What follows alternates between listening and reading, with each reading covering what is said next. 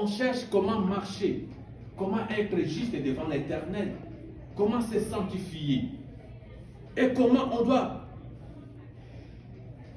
faire des choses, comment on doit éviter le monde. Voyez aujourd'hui ce que le monde est. Le monde est en envers. Aujourd'hui même dans les églises, il y a des voyants. Partout. Les gens ne savent pas où, dans quel endroit on peut adorer les vrais dieux. Dans quel endroit on peut trouver véritable Dieu. Mais on trouve Dieu même dans les prédications. Qu'on montre que non, Dieu est juste. Comment tu dois marcher. Tu dois te sanctifier pour hériter la vie éternelle. Amen. Jésus n'est pas venu pour condamner, mais Jésus, il a mené la grâce. Mais n'oublie pas, la grâce aussi est trompeuse. Il y a des gens qui vont passer, qu'il a vu grâce comme ça, mais la grâce est passée. Qu'est-ce que nous devons faire? Qu'est-ce que nous devons faire pour que nous soyons dans la présence de Dieu?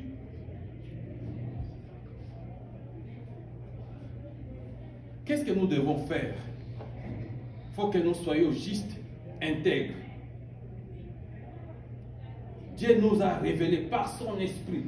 La Bible dit dans 1 Corinthiens 2, verset 10 que l'Esprit de Dieu, car l'Esprit de Dieu sonde toutes, même les profondeurs de Dieu. Quand l'Esprit de Dieu habite à toi, et c'est pour ça qu'on voit que même Daniel, dans Babylone, il avait l'Esprit de Dieu en eux.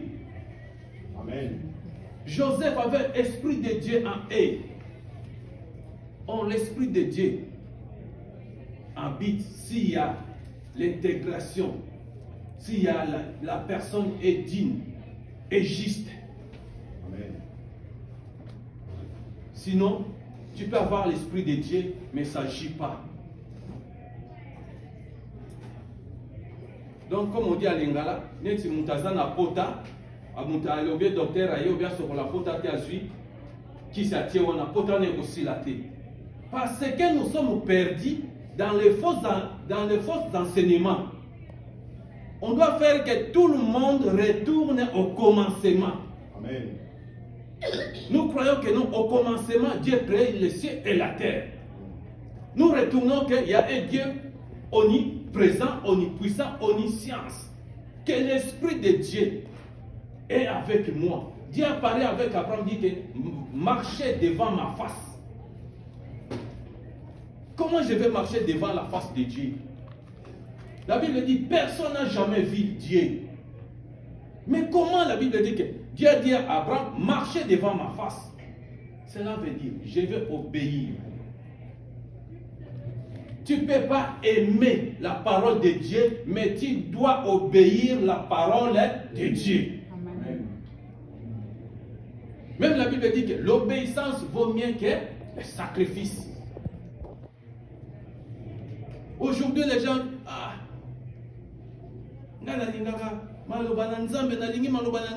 est-ce que tu obéis à la voix de l'Éternel? Tu obéis à la parole de Dieu.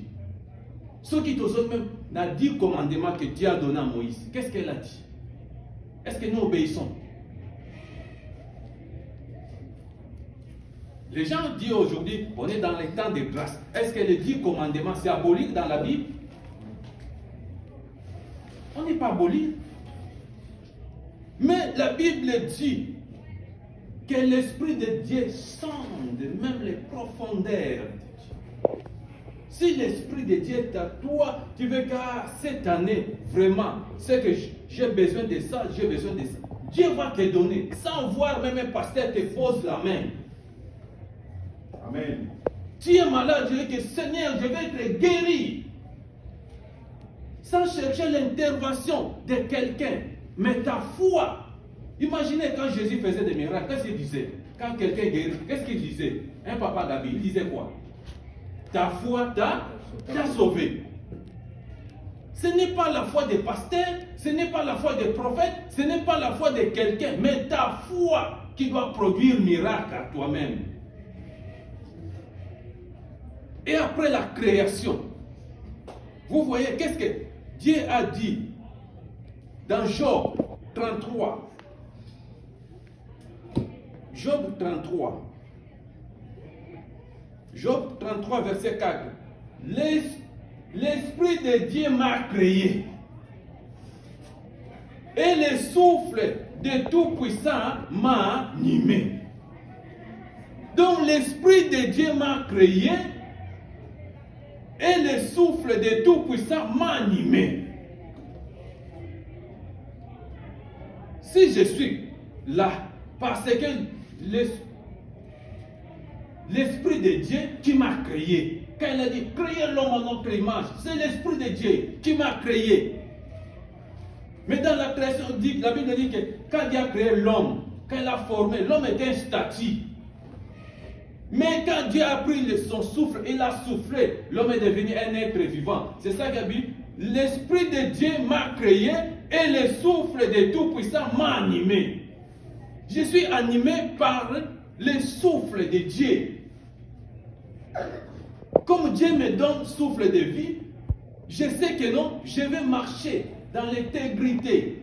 Je vais marcher à la crainte de Dieu pour avoir la vie éternelle. Amen.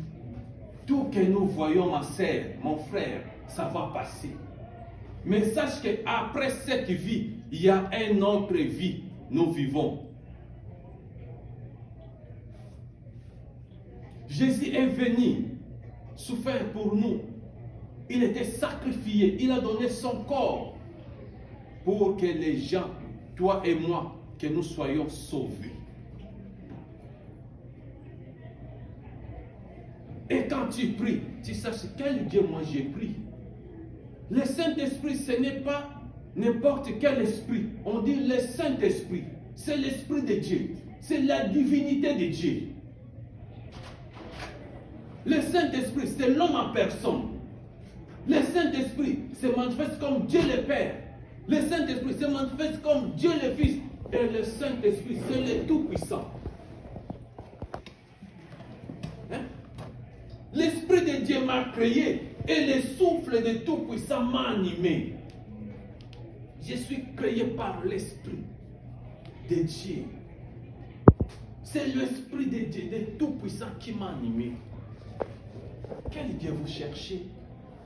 La Bible dit, cherchez premièrement le royaume des cieux et sa justice. Mais aujourd'hui, nous voulons chercher premièrement des mariages, richesses, des voyages, et on met en arrière la vie éternelle. Non. Imaginez combien de milliardaires qui ont perdu leur vie. Quelqu'un est en train de décéder, il est en train de pleurer parce qu'il avait donné sa vie. Il avait sacrifié sa vie dans les siècles à venir, dans les siècles présents. Il a fréquenté des marabouts, il a fréquenté tout. Mais il arrive dernier jour, dit que je crois qu'il y a un Dieu qui existe. Salomon avait, je pense, 1000 femmes. Salomon mangeait avec des fourchettes en or. Mais le jour que Salomon, il était convaincu par l'Esprit de Dieu, il a dit quoi? Tout est vanité. Tout est vanité.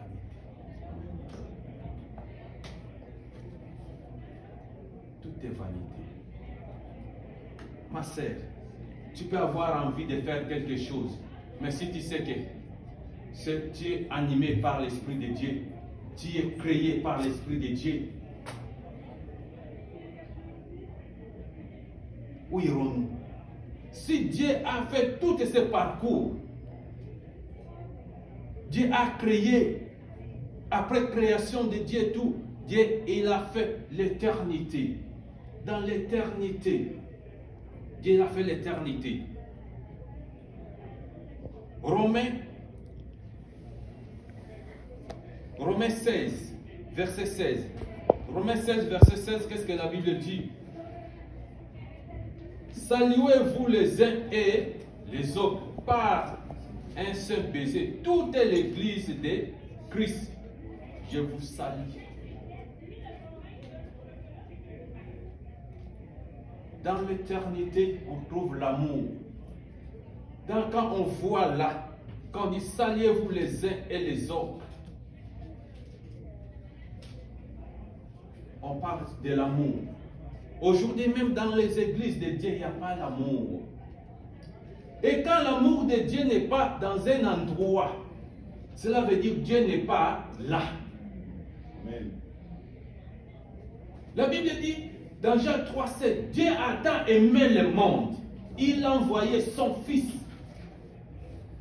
Donc là où se trouve l'amour, la présence de Dieu est là.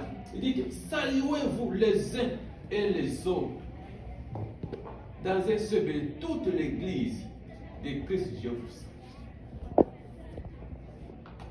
Aujourd'hui, imaginez des chrétiens. Moi, je sors avec Bible, tu trouves un frère avec Bible, mais comme on n'est pas dans le même endroit, on ne se salue pas. Ah, lui parle comme ça, moi je parle comme ça, mais il a porté une Bible, moi c'est une Bible, mais on est des chrétiens, mais on ne se salue pas. Mais il y a un seul Dieu. Il n'y a pas Dieu des Blancs, il n'y a pas Dieu des Africains, il n'y a pas Dieu des Haïtiens, il n'y a pas Dieu des Congolais, mais il y a un seul Dieu. Amen. Mais aujourd'hui, il y a la division. Il y a des chrétiens haïtiens, il y a des chrétiens blancs, il y a des chrétiens congolais, il y a des chrétiens angolais. L'amour n'est pas envers nous. L'amour n'est pas au milieu de nous. Mais nous cherchons que Dieu opère. Comment Dieu va opérer? Aimons-nous les uns et les autres. On ne manifeste pas cet amour.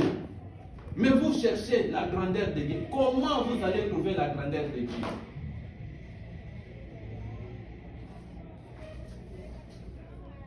C'est grave. S'il n'y a pas l'amour, sache que Dieu n'opère pas. Amen. Et quand tu vois, on va voir dans Apocalypse 22, verset 13, qu'est-ce que la Bible nous dit? Apocalypse 22, verset 13. Je suis Alpha et Oméga, le premier et le dernier, le commencement et la fin. Amen. Amen. Il dit que je suis Alpha et Oméga, le premier et le dernier, le commencement et la fin. Je sais que si je vis dans la présence de Dieu, mes jours finiront dans la présence de Dieu. Ce que je peux faire, Dieu est là. Tout que tu peux faire, tout que tu peux chercher est dans la présence de Dieu. Quand il dit que je suis Alpha, Oméga, le premier et le dernier, sache qu'avant que tu commences, que je veux avoir un enfant, je veux avoir un mariage, lui savait que tu vas avoir ça. Amen. Avant que tu ouvres ta bouche, ou que tu penses, mais Dieu savait déjà que non, tes besoins c'était ça. Amen. Amen. Donc le Saint-Esprit, c'est la personne de Jésus. Ce n'est pas l'esprit n'importe quel, non. Et là, je vais lire un autre dernier passage, 1 Jean. Qu'est-ce que la Bible dit dans 1 Jean? 1 Jean 2, verset 20. La Bible dit, ils sont sortis, non. 1 Jean 2, verset 20. Pour vous, vous savez, vous avez reçu l'onction de la part de celui qui est saint. Pour vous. Vous avez reçu l'onction de la part de celui qui est saint. Et vous avez toute la connaissance. 1 Jean 2, verset 20. La Bible dit que pour vous, vous savez, vous avez reçu de la part de celui qui est saint. Qui est saint? Nous avons reçu Jésus-Christ, le Fils de Dieu. Amen. Qui est saint. Nous avons reçu l'Esprit Saint de Dieu qui habite avec nous. Sache que vous avez la connaissance. Cela veut dire, quand j'ai reçu l'Esprit Saint de Dieu, j'ai reçu quelqu'un qui est saint dans ma vie, que j'ai la connaissance. Quelle connaissance? La connaissance de la vie éternelle. Donc je vais appliquer l'amour. Aimez-nous les uns et les autres. Amen. Donc je vais refuser d'adorer un autre Dieu. Je vais refuser d'adorer des statues. Je vais refuser d'aller consulter les marabouts. Je vais refuser d'avoir reçu des